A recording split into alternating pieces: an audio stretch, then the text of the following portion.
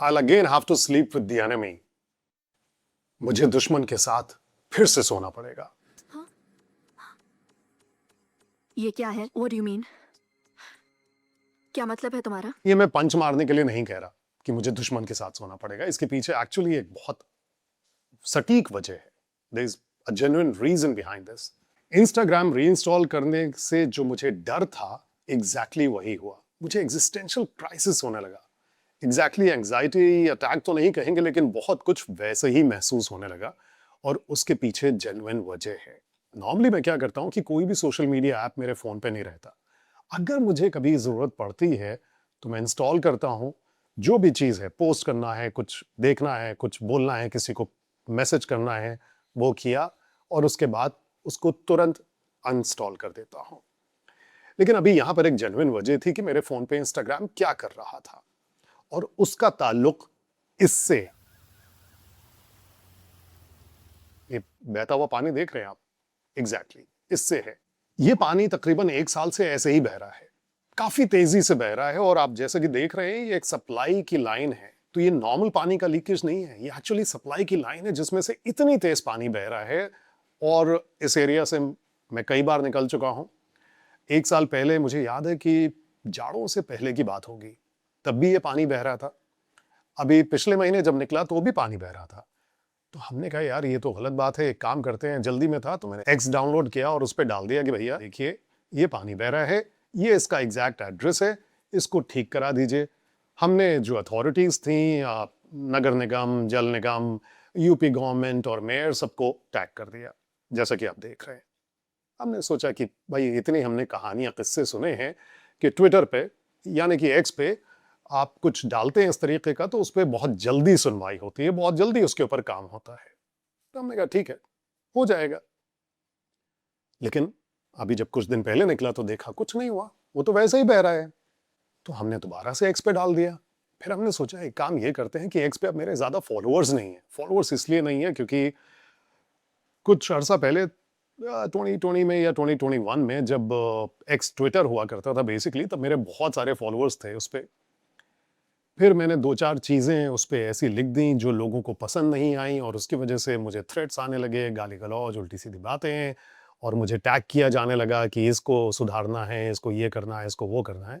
हमने कहा देखो इन सारे रायतों में पढ़ने से फ़ायदा नहीं है, so I deleted my account and that is a fact. अब कहो कि डर के डिलीट कर दिया है, जो भी कर दिया, लेकिन वो टाइम कोरोना की वजह से नहीं बल्कि मेरे कुछ खुद की पर्सनल लाइफ की वजह से बहुत डिफरेंट था और उसी वजह से मैंने यूट्यूब पर वीडियोस डालना भी बंद कर दिया था। तो खैर हमने सोचा कि अगर हम इंस्टाग्राम पर जाते हैं, वहां पर तो फिर भी कुछ ज़्यादा फॉलोअर्स हैं, वहां पर डालते हैं, वहां पर टैग करते हैं और हो सकता है कि मेरे इतने जानने वालों में से कोई ना कोई ऐसा हो जो सीधे उस डिपार्टमेंट से कंसर्न हो, जो इसमें कुछ हेल्प कर सके। आजकल वैसे भी आपको जो कुछ भी करना है वो सोशल मीडिया पे ही करना होता है। अगर आपको कपड़े उतारने हैं तो वो भी सोशल मीडिया पे उतारने हैं और अगर आपको अच्छी बातें करनी है तो वो भी सोशल मीडिया पे करनी है। बहरहाल, तो हमने वीडियो डाल दिया। अब 2 दिन बाद क्या हुआ, मैं अनइंस्टॉल करना भूल गया, मैंने नहीं किया। सैटरडे को मैं बैठा था, पता नहीं मेरी मति मारी गई थी 11:30 बजे के आसपास दिन में, और हमने अपना इंस्टाग्राम खोल लिया। अब इंस्टाग्राम जो खोला और उसकी फीड में गए तो देखो क्या देखने को मिला।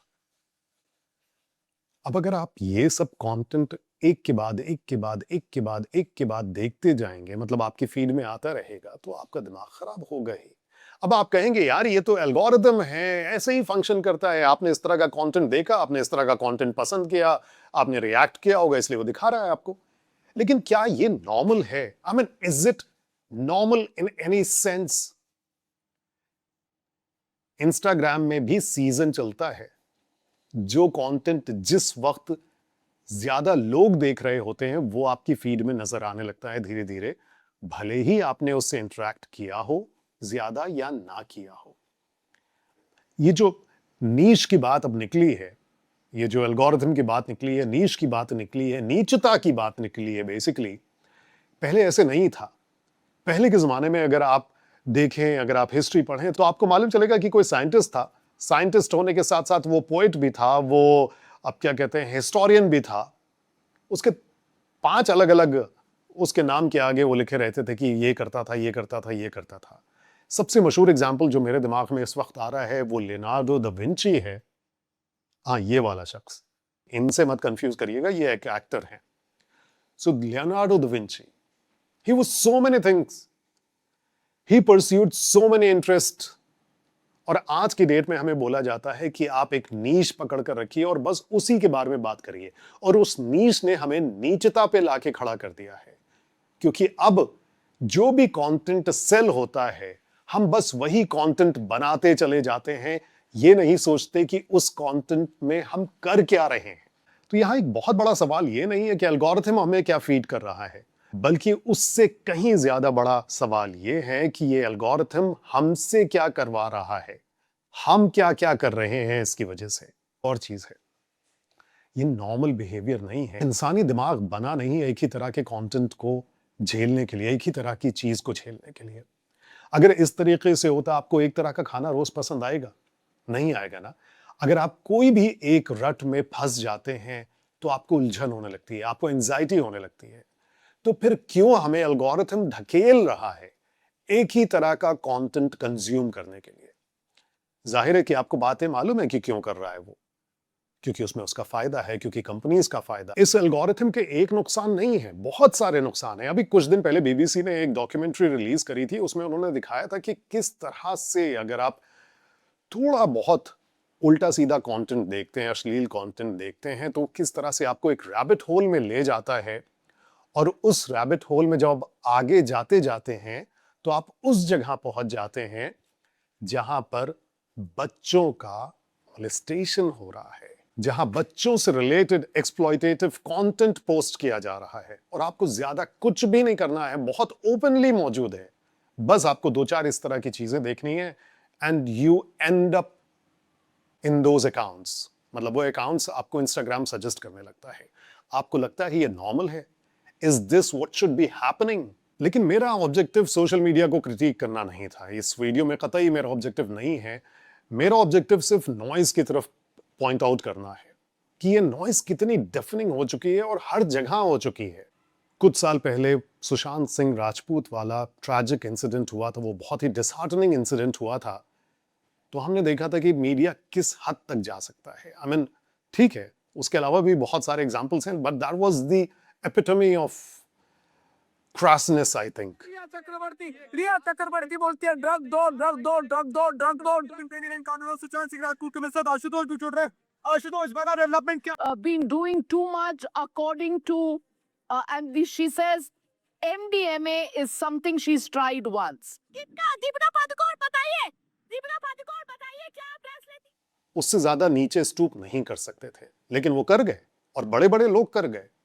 बहुत ट्रैजिक हो चुका है ये देखना कि लोग किसी भी हद तक की जाने को तैयार हैं। वो उस शोर में और ज्यादा चिल्लाने को तैयार है। यहां चिल्लाना इज मेटाफोरिकल, क्योंकि यहां चिल्लाने से मतलब यह है कि वो दूसरे से आगे बढ़कर कुछ भी करने को तैयार हैं ताकि 2 मिनट के लिए उनको ऑडियंस मिल सके, उनको अटेंशन मिल सके। तो ये अटेंशन इकोनॉमी बन चुकी है पूरी की पूरी चीज। उसी वक्त क्या हुआ कि मेरे पास किसी का फोन आया, उनकी मैं बहुत इज्जत करता हूं, लेकिन उन्होंने मुझसे बोला कि आमिर, ये जो वक्त है ना, ये मेंटल हेल्थ पर कुछ वीडियो बनाकर डालो, as it is that is something which you are interested in. लेकिन मैंने नहीं डाला, उनको मना कर दिया, because I was too distraught यार। उस वक्त पर्सनल लाइफ के अलावा भी मुझे समझ में नहीं आ रहा था कि मैं इस नॉइज में क्यों ऐड ऑन करूं। क्योंकि ऐसा नहीं है यूट्यूब पर या सोशल मीडिया पर या किताबों में या वेबसाइट्स पर ऐसी नॉलेज, ऐसी इंफॉर्मेशन मौजूद नहीं है जो लोगों की मदद नहीं कर सकती। हर तरह की इंफॉर्मेशन मौजूद है, लेकिन यहां नॉइज बढ़ती जा रही है। हम इंफॉर्मेशन से ज्यादा नॉइज में बिलीव करने लगे हैं। हम इंफॉर्मेशन कम देखते हैं, हम पंच लाइन्स पर ज्यादा यकीन करते हैं। हालांकि उसके बाद 2-4 वीडियोस मैंने डाले यूट्यूब पर, लेकिन वो रेडियो में करियर से रिलेटेड थे, इस तरह के कंटेंट से रिलेटेड नहीं थे। तो जब मैंने इस तरह का कंटेंट कुछ ज्यादा देखा तो मैंने सोचा कि यार अब चुप रहना is not an option. It's not sensible, it's not moral, it's not ethical, it's actually opposite of all this, because you have to speak up. You can't for ever be quite, क्योंकि आप इस reality में रह रहे हैं, इस दुनिया में रह रहे हैं। मजबूरी ये है, इस रियलिटी की मजबूरी ये है कि यहां पर आपको ठीक वही सिस्टम यूज करना पड़ता है जिसके अगेंस्ट आप लोगों से बोलना चाह रहे हैं, या आपको वही चीजें यूज करनी पड़ती हैं उनको आगाह करने के लिए। फॉर एग्जाम्पल, अभी मेरे फीड में एक वीडियो आया सजेशन में, जिसमें वो बता रहे थे कि आपको गूगल क्यों नहीं यूज करना चाहिए। अब इमेजिन करिए ये वीडियो कहां पर था, ये वीडियो यूट्यूब पर था। यानी कि गूगल क्यों नहीं यूज करना चाहिए, ये गूगल के ही इकोसिस्टम पर, यूट्यूब पर आप बता रहे हैं। यहां तक कि हम फंस चुके हैं।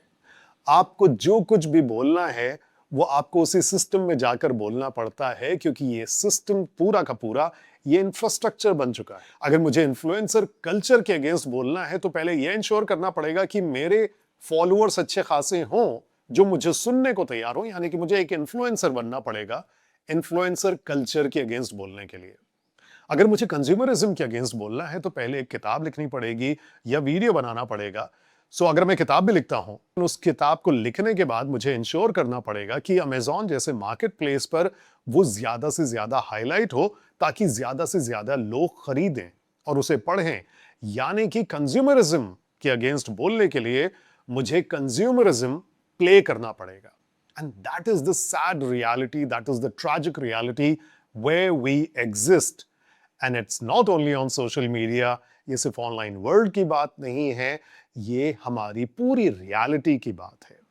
Do whatever you want to do, but you will not be able to escape that reality.